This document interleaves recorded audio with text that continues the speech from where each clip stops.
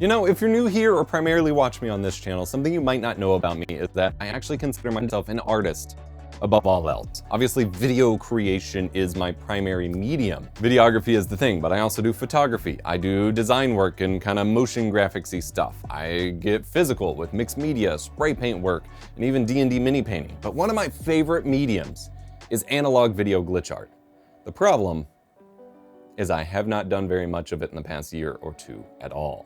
And that really bums me out because it's something that is very important to me and has been pretty much my whole life. And why, you might ask, have I not been doing it? Because I went and made this amazing setup. I've got a like 3 or 4 foot tall rack of Eurorack glitch gear, a crazy 64 in, 64 out Extron video switcher, preview CRTs, waveform meters, and I had a desk full of accessories. I've actually slimmed down a lot lately. I put every piece of glitch art gear that I could get my hands on this desk, because when I create, when I work, I tend to want to have all of my tools and supplies out in front of me. It's kind of an ADHD quirk. And yet, the moment I built this setup, especially with the whole desk covered and everything, the time I felt like I was at my most powerful, I stopped making altogether.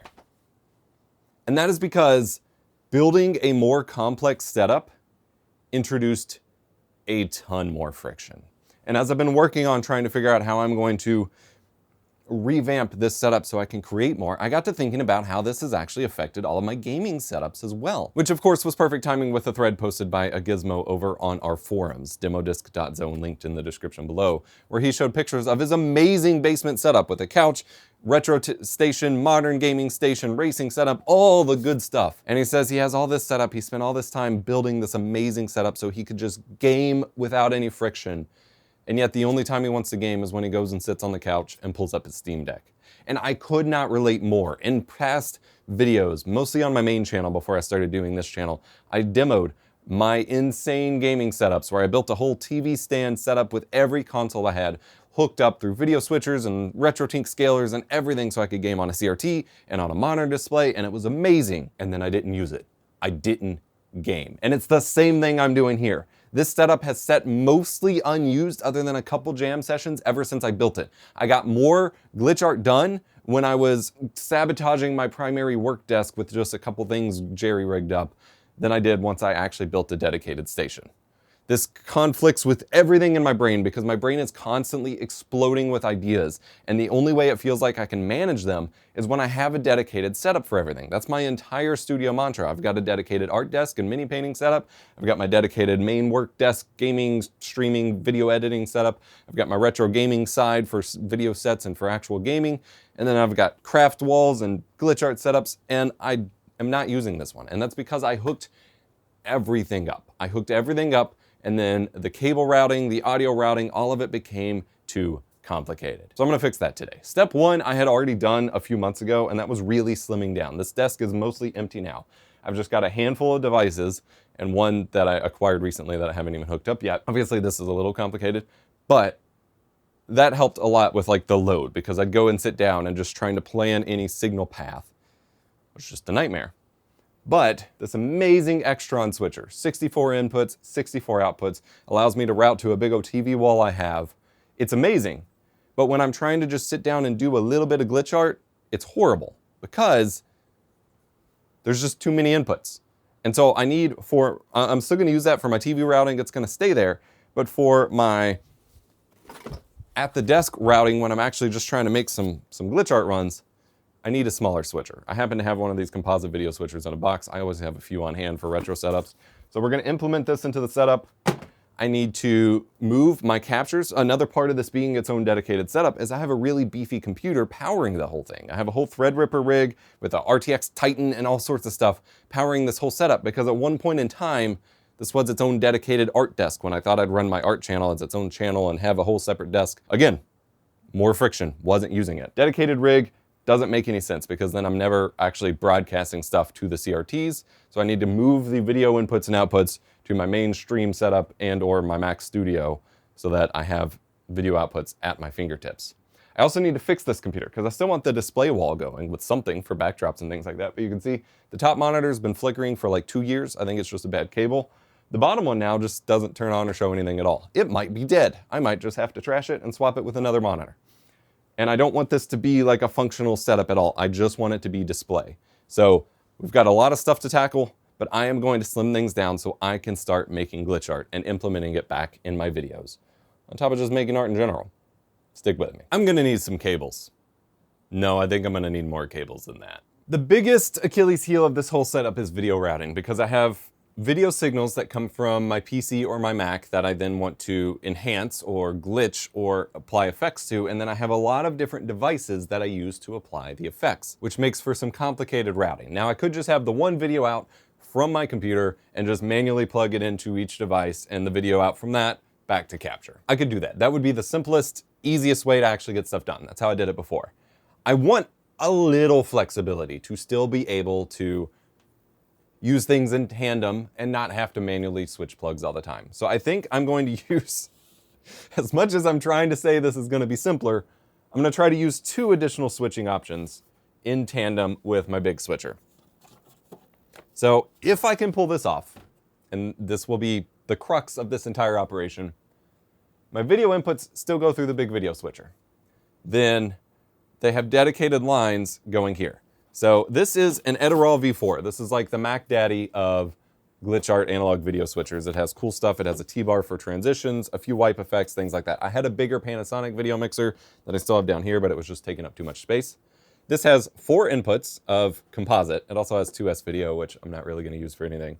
And then 2 or 3 outputs. 1 and 2 on the inputs will be my PC inputs. So I'm going to have 1 from my Mac. So when I'm editing stuff, making graphics, I can just directly loop it out and not have to transfer any files or anything, because that's been a big hindrance, and run it directly in here. 1 for my streaming PC, because if I do start streaming again and stuff, I want to have fun with effects for that, and I want a second option. So 1 and 2 will be PC inputs. Number 3 will be my primary glitch devices. So I've got the, you don't need to know what these are, but let's just say 1, 2, 3, and 4. I've got like 4 right here, maybe 5. These can run through this video switcher. So my dedicated glitch inputs and outputs will run through this switcher right here. And that'll go into input 3. And then input 4, I have something called a main bow, which is like a analog video synthesizer, which is generating different patterns and things like that to interact with the video. That's going to go in 4, so I can mix those together in funky ways. I think that's going to be how I do it. So 1, 2, 3, 4 inputs, do fun stuff with them. That may not even be the play though, because the main bow. Wow, that sure is a lot of talking. Suffice to say, simplicity in use is not quite the same as simplicity in setup, and that is okay, as long as the result is fine. The problem with my big Extron is they have keys with transparent keycaps, but they're already printed on, and so I don't have any easy way to label all 64 inputs and outputs, and I need a literal spreadsheet to figure it out. So I have 4 inputs here that I can put little tape labels on that I know what is. And then this will be my primary inputs. I say all this. This is the problem I run into. If I'm just sending my PC inputs through here, then I'm not sending it through the other boxes. You have no idea what's going on here, and that's okay, but I'm trying to work through it. PC inputs go into here first, into the big mixer. Seriously, if you want the extended cut, it'll be available on the forums for paid subscribers. The funny part is, the more I try to map this out in my head, the more complicated it gets to actually physically run the wires. But once it's done, it will be a lot easier. I think I'm going to put on some music and we're going to just jam while I do it. Less talky. I think it'll make more sense as you see it unfold. I hope. I hope, I hope, I hope. I picked a weird project today.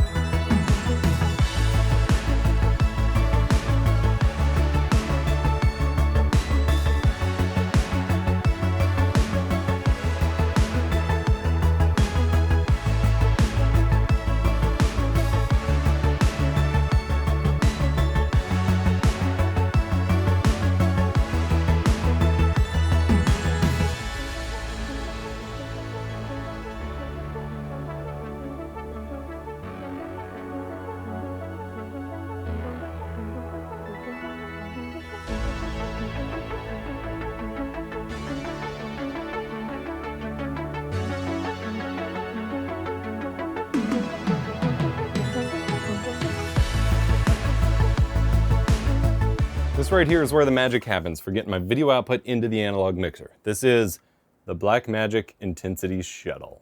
This is a USB capture card, but also supports video pass-through. But instead of a normal capture card where the pass-through is just raw, unfiltered, it runs a video buffer, which means you can actually send separate things to the output than what comes in the input. And so I actually just use the analog video output of this to send an OBS feed or playback a video or whatever over composite in proper 480i. And so I'm actually going to move this from the dedicated PC, which is going to become, I need to reformat it with Linux, get rid of Windows finally. Well, never mind. Turns out the Intensity Shuttle is not supported on Apple Silicon Macs. They just haven't made a driver for it. So we're going with the good old HDMI to composite. Trash quality, no OBS control. It'll get the job done.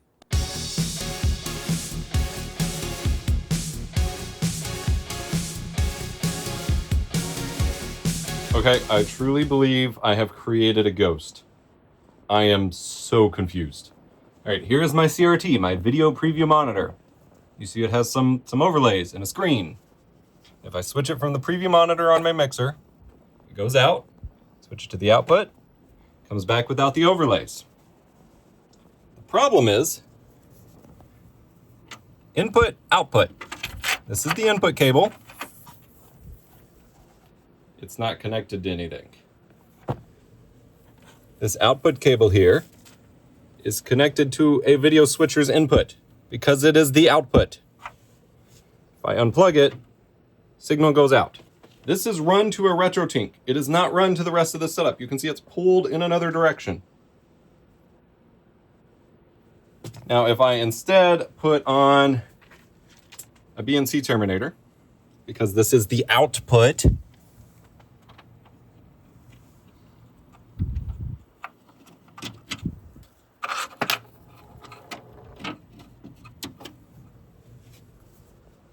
still get no signal. Follow me with this cable. I'm pulling it. It's pulling under there.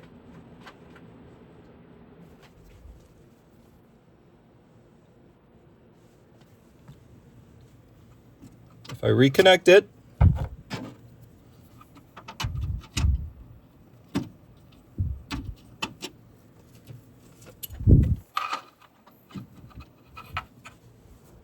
we're back, but it's in black and white this whole time. Keep that in mind. Now, I don't know if I can boost this enough for you to see it. This is in and out. Bottom is in, or closest to the camera is in. The big fat one running to the scaler is out. What I am pretty sure I have done is I have created a feedback loop within the RetroTink down here, where in the S-Video, this is an S-Video composite input. The S-Video feed is going in, composite's also going in. They should be separate inputs that I can switch between on the RetroTink. And instead, the black and white signal is feeding back from the S-Video into the output of the my brain, I'm so confused. Actually, I can further test this theory. If we unplug the S-Video from the VCR, yeah, now we have no signal. The S-Video going into the RetroTink fed video back through the output of this TV. The same cable, which has been running to the input the whole time, and output 1. We still only have black and white. I don't know what is happening anymore. This was a little more work than I was expecting, but it is done. I now have a simple 4-glitch station here with my max display output preview, which I can just run in OBS projector preview, run to CRT over there. And it's run through the glitch devices. So I actually have it set up through my Chroma corruptor right now. So I can really start screwing with it in real time. And then that runs to the capture. I assume. I haven't tested the capture side. That's not a priority. That will be easy enough. It's just an HDMI input. I did discover, as I showed a clip, that I checked with Mike Chi, the creator of the RetroTink 4K CE, that the Luma channel of the composite and S-Video jacks are actually shared. So I'm gonna have to offload the S-Video input to the VGA port, which is fine. That's exactly what I have the stuff for to do. This is exactly what I wanted. I have inputs on the mixer, so I can switch between normal display that's not glitched the secondary input, and then my switcher, which has a couple different glitch machines set up here. That one's not even doing anything at all right now. There we go. Start glitching that. I've got this one, which is not even on. That's not the point. I can switch between it. It's all run to my tape decks. So the signal chain, keeping it simple, my Mac output runs into my big mixer, input 1, which runs to everything else. It runs to each individual glitch device, which runs to this switcher over here, which then runs to this mixer.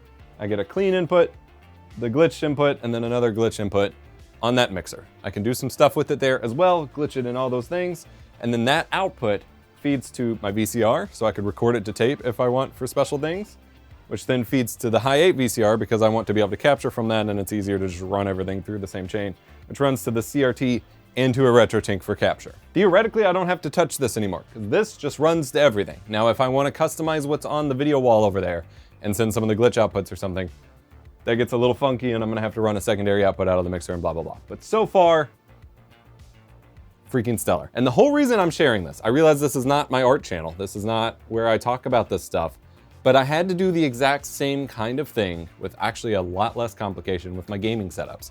Everything's a disaster right now, but if I actually pan you over here, this is my current little gaming station. Ignore the CRT, that's not actually part of it.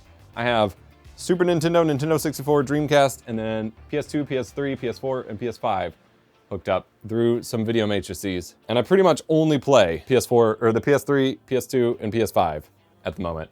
And everything else I have to manually pick and choose. And I used to have everything ran up. I used to have multiple switchers and scalers and run to CRT, and this is all just run to the RetroTink 4K so I can play on my fancy 4K OLED. I have a separate CRT gaming setup if I want to use it. Keeping it simple is often the best way. This is a very spoiled first world problem kind of perspective, and I understand that. I've seen your comments, I get it. But I think the core philosophy still applies in that the more you try to overdo things, the more you try to complicate things for the sake of having the best, the more you try to optimize your fun, or creativity, the less you're gonna have it. My goal moving forward is to have at least 1 or 2 artsy, creative things that I add to every single video that merits it. There's sometimes like a first impressions of a game or whatever where I don't need to do a lot. But now that I have the chain set up, I should be running every video through this workflow to get my skills back up, to get my work out there in some form or another. I've felt, which I don't like expressing, but I think being transparent about it is the way to go in terms of like having something you can connect with. I've felt a little bit of jealousy when I see my glitch art friends do like album arts or work with big productions or whatever.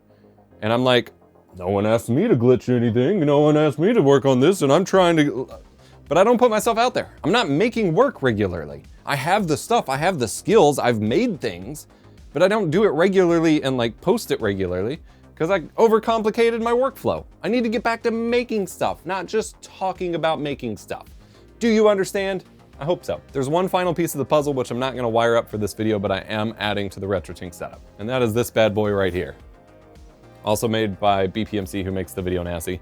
This is a circuit bent PlayStation 1 with the optical drive emulator, so it has basically every game on an SD card ready to glitch. And I'm gonna run this to the component inputs of the RetroTink to get some glitch goodness whenever I talk about PS1 games or to just make some fun graphics. Keep it simple. That is the lesson here. Keep it simple, keep it fun, prioritize fun and creativity, and things will be way better than trying to have the best setup, the coolest battle station, the most minimal cable management, any of that. Remember that, and you will go far. Also remember to be kind, rewind.